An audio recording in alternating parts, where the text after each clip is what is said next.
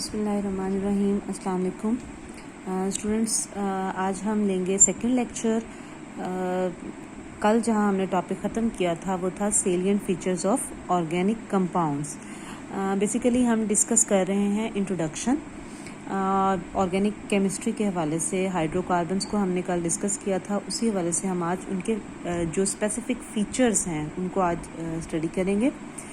Salient features यानी जो difference है बाकी जितने भी कंपाउंड्स हैं उनसे किस तरह से हम हाइड्रोकार्बन को अलहदा करते हैं या किस तरह से उनको पहचान सकते हैं, कैसे हम कह सकते हैं कि उनमें कुछ ऐसी प्रॉपर्टीज़ हैं जिसकी वजह से वो बाकी कंपाउंड्स की निस्बत डिफरेंट हैं। पहली चीज़ जो हम उसमें सेलिएंट फीचर में डिस्कस करेंगे कैटिनेशन। ये हमने लास्ट लेक्चर में भी डिस्कस किया था। कैटिनेशन यानी self linking property. Self linking properties से मुराद ये है कि कार्बन के पास ये एबिलिटी है कि ये कार्बन से लिंक कर सकता है, यानी ये लिंक करके लॉन्ग चेन्स एंड रिंग्स बना सकता है। इसी प्रॉपर्टी की वजह से millions of organic compound exist करते हैं। हर कंपाउंड दूसरे कंपाउंड से मुख्तलिफ है। हम मुख्तलिफ कंपाउंड्स को जनरेट कर सकते हैं। सेकेंड जो प्रॉपर्टी है वो है कम्प्लेक्सिटी। बेसिकली जो ऑर्गेनिक कंपाउंड हैं वो कम्प्लेक्स नेचर के होते हैं। इनके अंदर अगर आप देखें तो बहुत सारे, चूँकि कार्बन जो है उसकी एबिलिटी है कि वो सेल्फ लिंक करता है, तो ये मिलियंस ऑफ एटम मिलके कंपाउंड बना सकते हैं जिनको हम मैक्रोमॉलिक्यूल कहते हैं। सो ये कम्प्लेक्स नेचर के हैं। फॉर एग्जांपल हमारे पास स्टार्च है। स्टार्च को हम जनरल फार्मूला C6H10O5 और N के साथ रिप्रेजेंट करते हैं। उसकी रीज़न ये है कि इसके अंदर ये वाला जो यूनिट है ये बहुत ज़्यादा तादाद में पाया जाता है। नेक्स्ट है हमारे पास जो वो सिमिलरिटी इन बिहेवियर।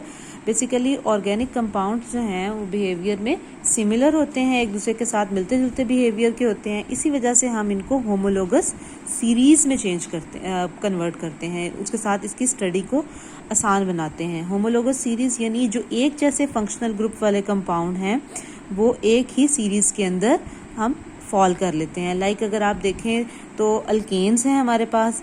अल्केन्स, अब अल्केन में क्या होता है कि कार्बन 1 से लेके जितने भी कार्बन वाले हैं, सिंगल बॉन्ड वाले कंपाउंड हैं, उन सब को हम उसी एक सीरीज़ के अंदर डिस्कस करते हैं। उनकी प्रॉपर्टीज़ सेम होती हैं, उनको जो मैन्युफैक्चर करने का तरीका है वो सेम है और उनके रिएक्शन भी सेम होते हैं। इसीलिए उनकी सिमिलरिटी की वजह से हम उनको होमोलोगस सीरीज़ में प्लेस कर लेते हैं, जिसकी वजह से हमें उनकी स्टडी आसान हो जाती है। ऑर्गेनिक कंपाउंड कोवलेंट नेचर के होते हैं, यानी नॉन आयनिक करैक्टर के हैं।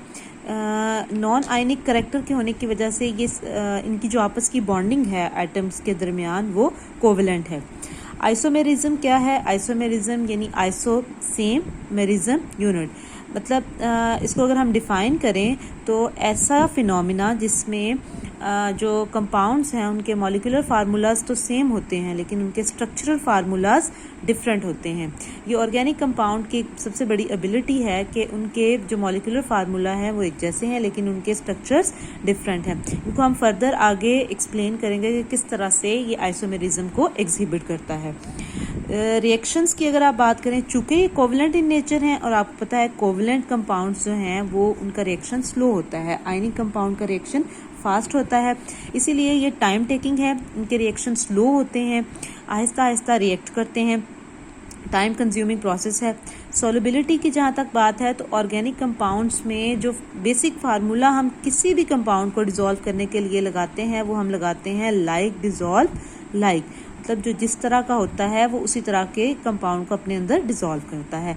आयनिक जो हैं वो आयनिक में डिज़ोल्व होते हैं। अब चूंकि ये कोवलेंट कंपाउंड्स हैं तो कोवलेंट कंपाउंड हमें पता है कि ये आयनिक कंपाउंड के अंदर डिज़ोल्व नहीं हो सकते, लेकिन इसमें से कुछ कंपाउंड वाटर के अंदर डिज़ोल्व हो जाते हैं चूँकि वाटर यूनिवर्सल सॉल्वेंट है इस वजह से। और उनके डिज़ोल्व होने के पीछे रीज़न ये है कि पानी जो है उसके अंदर पाई जाती है हाइड्रोजन बॉन्डिंग। ऑर्गेनिक कंपाउंड्स के अंदर भी पाई जाती है हाइड्रोजन बॉन्डिंग, दैट्स वाई ये इसके अंदर डिज़ोल्व हो जाते हैं। बाकी जो मेजर सॉल्वेंट इसके अंदर यूज़ होते हैं वो है ईथर, बेंजीन, एसीटोन। ये जो सॉल्वेंट है अल्कोहल के कुछ कंपाउंड्स, हायर कंपाउंड्स, इनके अंदर मेनली हम डिज़ोल्व करते हैं। सो ये इसके सेलिएंट फीचर्स हैं जिसकी वजह से ये बाकी कंपाउंड से डिफरेंट हैं। डिफरेंट इनका क्रिएट होता है। इसी तरह से अगर हम आगे चलें तो ऑर्गेनिक कंपाउंड्स का जो अगली चीज़ हमें डिस्कस करनी है वो है कि ऑर्गेनिक कंपाउंड्स हमारी डेली लाइफ में किस तरह से हेल्पफुल हैं, किस तरह से हम ऑर्गेनिक कंपाउंड्स की मदद से देख सकते हैं कि हमारी लाइफ बेटर होती है। ये बात हमने कल भी डिस्कस की थी कि ऑर्गेनिक कंपाउंड्स की हमारी डेली लाइफ के अंदर बहुत ज़्यादा इन्वॉल्वमेंट है। अगर आप अपने फूड देखें, क्लॉथिंग देखें, medicines, pigments, ink, soap, paints हैं, फिर इसके अलावा परफ्यूम्स वगैरह हैं, डिटर्जेंट्स हैं, एनिमल्स और प्लांट्स की जो वेजिटेशन के हवाले से है, इन सब में ऑर्गेनिक कंपाउंड्स हमारी डेली लाइफ में बहुत ज़्यादा इंपॉर्टेंट रोल प्ले